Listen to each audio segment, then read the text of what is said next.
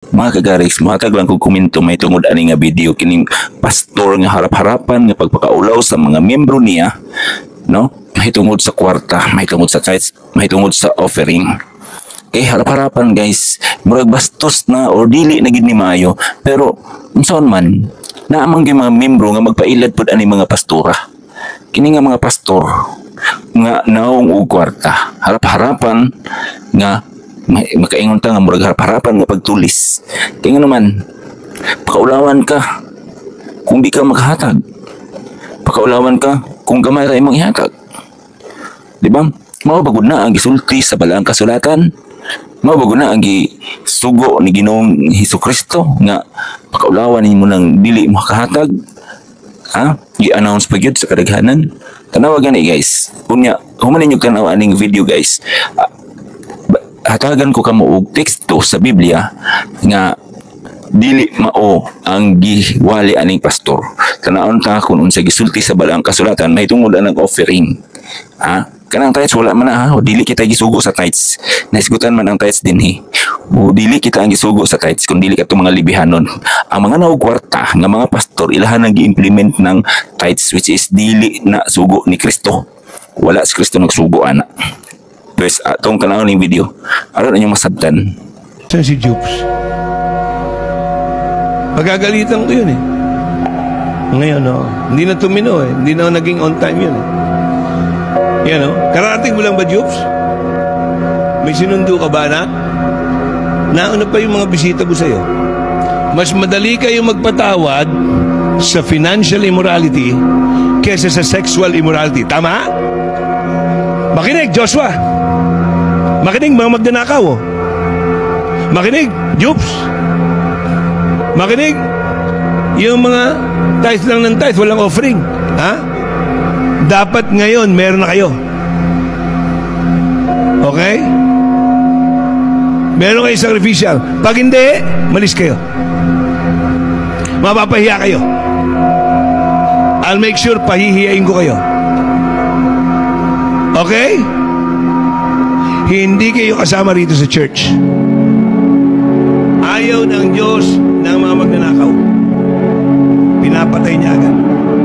Mga miyembro may trabaho. Brother Louie, huwag kayo magbibigay ng 20 pesos. May paupahan ka. Sakripisyo mo. May nagtatrabaho mga anak nyo. Sakripisyo kayo. Si Jemuel.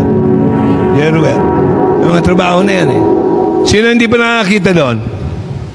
Sa taas. Nakita mo na, Adrian? Ang taas? Project natin. Ikaw, Arvin. Nakita mo na, Arvin? Nakita mo? Papahiya ka pa bago ka tatayo. Sino pa po?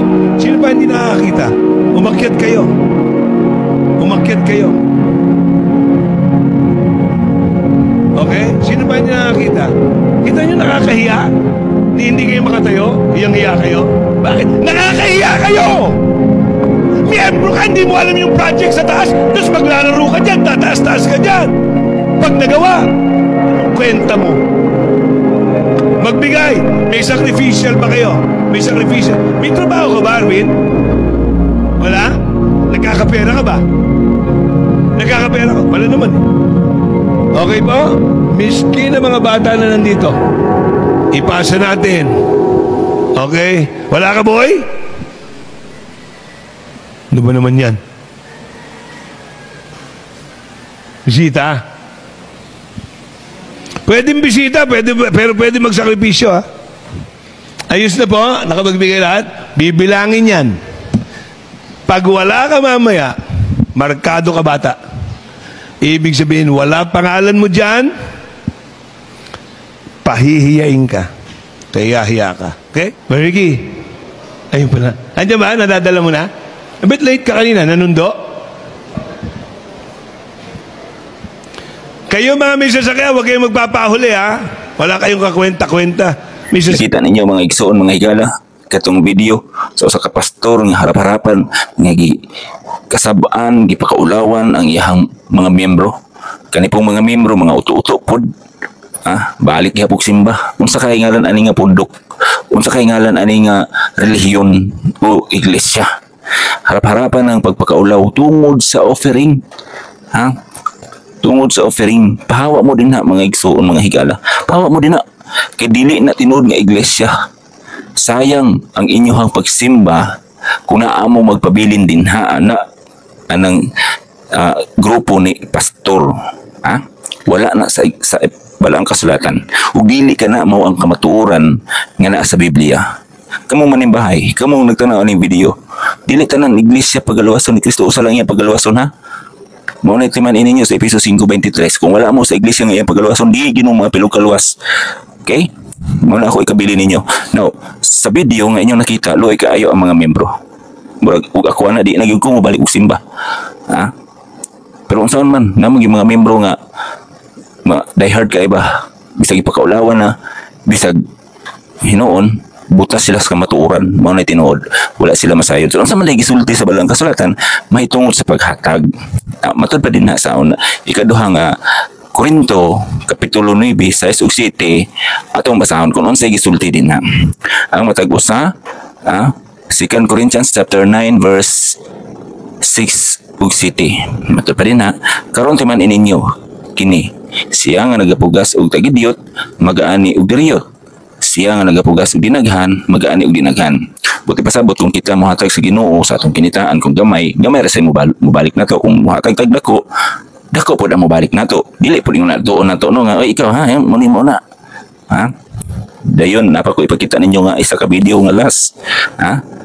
Napa ko ipakita ninyo mga kagarex nga divine hold up kuno. Grabe, tanaway ipakita na ko niya. Sige nga din sa verse 7, ang matag usa maghatag sumala sa pagbuot sa iyang kasing-kasing, dili pagbuot ni pastor. Timan inyo na mga igsuon ha. Ang matag usa kinahanglan maghatag sa pagbuot sa iyang kasing-kasing, dili pagbuot ni pastor. Kay kanang pastor nga magbuot kung pila ihatag niya, magbuot sa inyo nga kinahanglan mohatag gid mo, mag-offering gid mo gawas sa tithes. Now kwarta ang kuan ana gisimba. Ayaw mo paila diha. Ayaw mo paila ang mga pastor ngayon na hawa mo din na. Ha? Balahin mo din sa iglesia nga akong gipasakaupan nga mao'y gitukod ni Kristo, nga mao'y iyang pagaluwason. Ayaw mo anang mga grupo ha, ayaw mo anang laing mga pundok, wala laing iglesia nga pagaluwason, usara. Ha? Kung wala ka diha sa iglesia nga iyang pagaluwason, wala gyud ka, di ka maapil kaluwas. Okay? Maghatag sa kahuboton, sumala sa iyang kasing-kasing, sumala sa imong kasing-kasing ang gisulti din na sa Biblia. Di ba? Tanaw ning ibang buhat sa mga pastor pakaulaw. Mga membro pod, amen, amen. Di ba? Bisag wala na sa kamatuoran, amen, amen lang gihapon. Nga halata na kaayo nga gipangwartahan ramo sa inyong pastor. Ha? Matud pa rin na sa ikaduhang Korinto 9:6 nga ang maghatag og diriyot, mag-ani og diriyot. Kung maghatag og dinaghan, mag-ani sa bugdaghan. Masad na ang angay nimo isulti sa imong mga membro, dili kay harap-harapan nga manulis ka sa imong mga membro. Tanawan ning video nga ako ipakita ninyo. Kung napay makot, dugangan na sa church. Okay, last na sa hatag tag special offering para kang pastor tagsar ni makabisita sa simbahan. Ato po ning pangpalit si Charon number 3 sing when you look at others with ko tindog sa iguala tindog asay hatay ng kwarta mula po sa gawas tindog sa gawas tulis mo sa gawas tulis na si Bas one by one count your blessings in what God had done. Count your blessings, sing him one by one. Count your many blessings in what God had done. Prinsipyo ni Bante, kung sayop man sayop kamong membro nga dalo simbahan, hulapon ramos gawas, mapaipahold up na lang simbahan kay balusan mas Ginoo. Ito, di mo kitag simbahan ni Lambo nga tabigi ang church. Di mo kita na. Anak iso kumusulti. Kung makapobre pa ang paghatag, ngano nakapalit mo mga lote? Anong gibless mo musliman? Wa di mo gibless, nang gibaktas biya mo sa una. Mo nakaluti man ang church. Tarawa na masimbang nga dalo. Hunter karon. Kasi ang membro abo milyonaryo.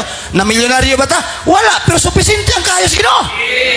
Kay di man ta sige buloy niya kung milyonaryo, muhatag ta milyonaryo. Wa man puta magtudlo ana. Pero ang paghatag makatabang na nga supisente ang kayos Ginoo.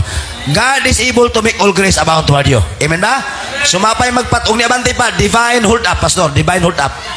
Mapay ka na inyong kwarta to hold, mapay hold upon mo simbahan, gigamit pa simbahan. Pastor, bayaran bang pastor? Dili ta ka bayad sa misa sa pastor. Amarat. See, nakita ninyo, harap-harapan, nga tulis divine hold up daw kuno. Kaysa dito mo sa gawas hold upon, may pag hold upon mo dili simbahan. Pagkanang kwarta gini mga pastor yun, kining mga grupo hoy, kinsa may mga member ani, kaning duha ka pastor, pahawa mo din na. Asa mo mobalhin dito mo sa iglesia nga pagluwason ni Kristo. Kay sayang inyong paghago diha. Giilad ra mo sa inyong pastor, gipangwartaan ra mo sa inyong pastor sa may giingon sa balang kasulatan sa Efeso 5:23 nga Kristo mo ang ulo sa iglesia ug siya ang manluluwas ni ginaw. Kung wala ka sa iglesia nga pagluwason, useless na imong pagpa-hold up din na sa inyong simbahan. Useless na imong pagpauto-uto diha sa inyong pastor, useless. Pahawa diha. Base na imong ingon din nga hilabtanon man ka brad. Wala ko nang hilabot ha. Wala ko nang hilabot. Nagpaabot lang ko sa kamatuoran kay ang akong gibasihan nganong naghatag ko gumento ani mga igsoon mga gariskining 2 Timothy 3:16. Unsa may giingon diha? Ha? Kung naay mo ingon diha nga nang hilabot ko, nang hilabot wa hilabtanay brad, wa hilabtanay. Wa ko nang hilabot kun dili nagtudlo ko. Tanawa ha? Unsa giingon sa 2 Timothy chapter 3:16. Mao ni akong gibasihan nganong nagkomento ko ana nga mga pastor, kanang mga pundok nga mga nagkwarta nga wala o dili tinuko ni Kristo. Unsa giingon dinhi? Ang tibuok nga kasulatan gituga sa Dios ug may kapuslanan alang sa pagpanudlo. Okay? Gitudloan ta ka? Gitudloan mo nako alang sa pagpamadlong, gibadlong nako ang kanang nag-video din ha nga nangayog kwarta harap-harapan nga pagpakaulaw sa mga membro kay nangayog offering na ay mga wala makahatag og offering ha? Pagbadlong kani nga akong gibuhat mao niya biblical ni siya, di ni siya akong kinaugalingon ang sa pag tulid, di ba hiwi man ang gibuhat sa mga pastor kanang harap-harapan kang tulison ka harap-harapan nga kada halos kada Domingo wali ano ng paghatag offering nga wala ra ba nasuway sa Biblia.